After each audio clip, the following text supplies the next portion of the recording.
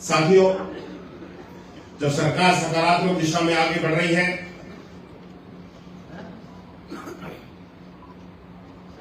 सरकार ने अभी हाल ही में जब शिक्षक दिवस था, जिसके बारे में हमारे सभी सम्मानित विधायकगण, एमएलसी गण आपसे चर्चा कर चुके हैं, जब कैशलेस चिकित्सा की सुविधाओं की बात आई, माननीय मुख्यमंत्री जी ने इस पर एक चर्चा करने के लिए बैठक बुलाई और उसमें हर एक चीज पे चर्चा हो रही।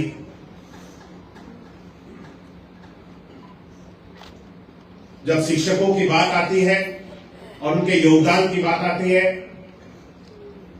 तो सरकार को भी उनके लिए चिकित्सा की सुविधा उपलब्ध कराने में कहीं पर भी पीछे नहीं हटना चाहिए।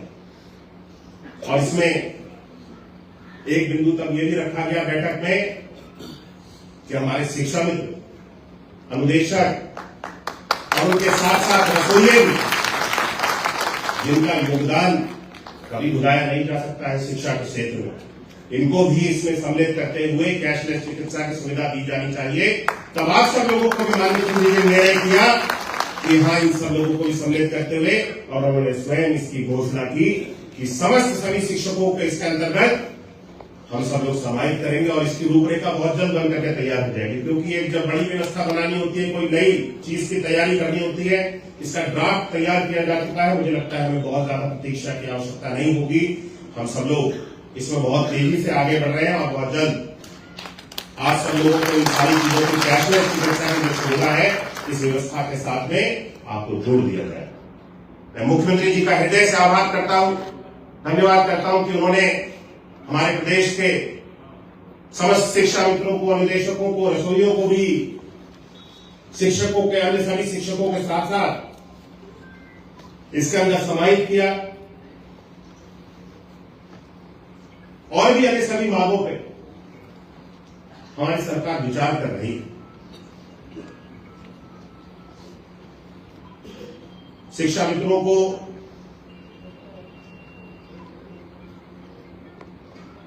अभी उनके मनचाहे विद्यालयों में पहुंचने का अवसर मिल जाए, क्योंकि कई सारे शिक्षा मित्र ऐसे हैं जिनको अभी अपने विद्यालयों तक पहुंचने में भी कठिनाई होती है। इसको ऊपर भी हम सब लोग कार्य कर रहे हैं और बहुत जल्द एक व्यवस्था बना करके लागू कर दी जाएगी कि हर एक शिक्षा मित्र को अपनी स्वेच्छा से जिस स्थान पर उसका विद्यालय होना चाहिए, व्यवस्था के अनुसार वहां पर वो पहुंच करके अपने पठन पाठन के कार्य को आसानी के साथ कर सकते। हम इस पर काम कर रहे हैं और बहुत जल्द इसको पूर्ण कर दिया जाएगा। आपकी प्रतीक्षा की घड़ी अब लगभग समाप्त हो चुकी है।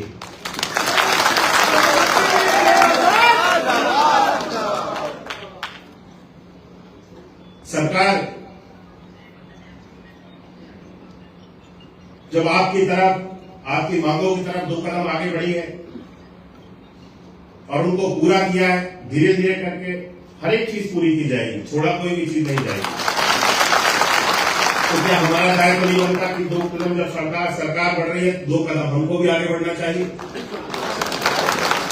फासले तो कभी कम होंगे ना।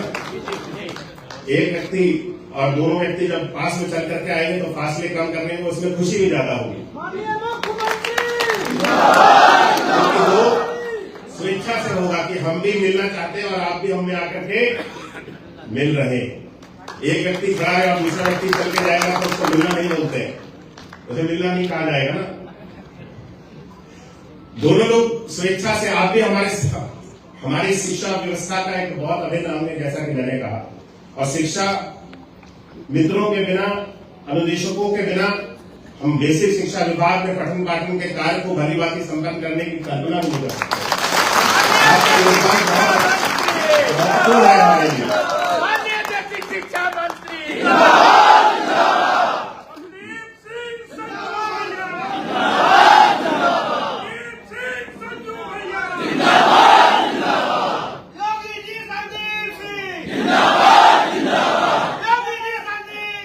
जिंदाबाद जिंदाबाद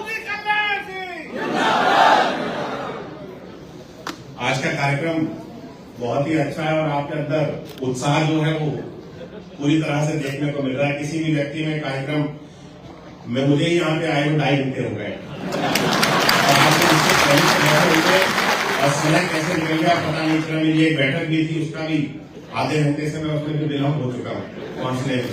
लेकिन यहाँ पे आप सब लोगों के बीच में सभी लोगों को सुनने में इतना आनंद आ रहा था कि समय का पता नहीं चला और मैंने भी कहा कि थोड़ा विलम्ब होता है तो कोई बात नहीं, अब आगे से पहुंच करके हम बैठक को वापस मैं बहुत अधिक समय नहीं लूंगा। केवल यही आप सबसे अनुरोध करने के लिए आया हूं कि ये जितने भी नकारात्मक चीजें हैं इनको हमें समाप्त करते हुए एकजुट होते हुए समस्त शिक्षा मित्र और समस्त अनुदेशक हम सब एक हैं, सरकार का एक अंग है और एक सुर में आगे बढ़े, एक आवाज में आगे बढ़े। जब 2 कदम आप आगे बढ़ रहे हैं, सरकार भी आपकी तरफ 2 कदम बढ़ रही है और जब हम एक हो जाएंगे तो मुझे नहीं लगता कि आने वाले समय में आप सब लोगों की जो भी समस्याएं हैं उसका पूरी तरह से निस्तारण होगा। मैं कोई घोषणा तो नहीं कर सकता, जैसा कि पहले श्रीचंद जी ने भी कहा कि मैं रोका नहीं है, उनका योगदान मिल रहा है, उनका पूरा समर्थन है। वो इसको बहुत जल्दी से आगे लेकर के जाने में अपना सभी हमारे जितने भी एमएलसी हैं, स्नातक के और सभी हमारे विधायकगण भी आपकी सभी समस्याओं को रखने में, आपकी आवाज बनने में माननीय मुख्यमंत्री जी तक मेरे साथ में मेरा सहयोग सदैव देते हैं और आगे देते भी रहेंगे।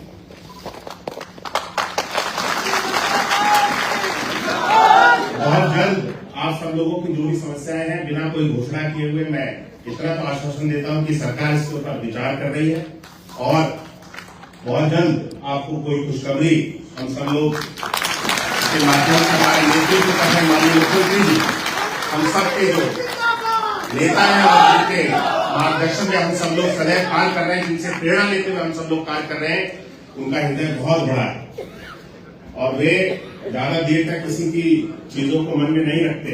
जो भी नकारात्मक चीजें होती हैं, अगर हम बढ़ करके सकारात्मक दिशा में आगे बढ़ना चाहेंगे और हम स्वयं से हमारे सभी सम्मानित जन इसको ध्यान लेंगे कि हमें जो भी हमारे बीच में, सरकार के बीच में और आपके बीच में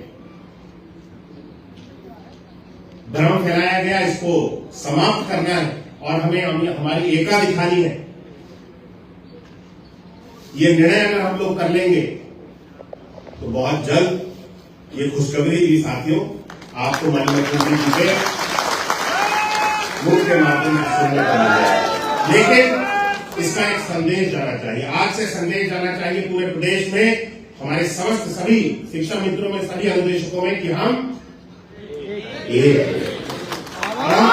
सुन के बात करेंगे।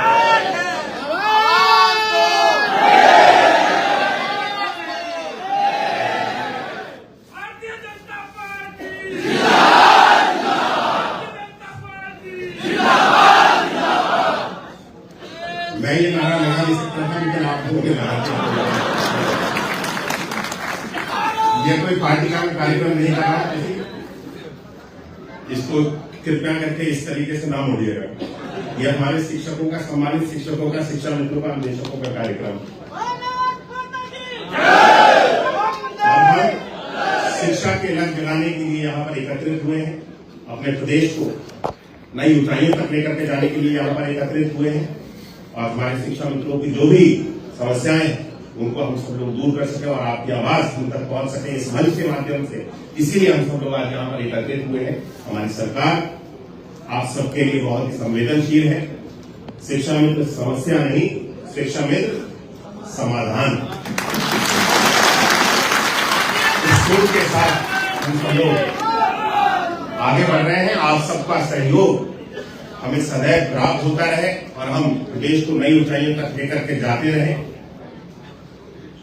और इस स्नातक के चुनाव में भी हमारे जो लोग पहले से वोटर बन चुके हैं और जो ना बने वो कृपया करके अपने आप को वोटर बनवा लें। ये भी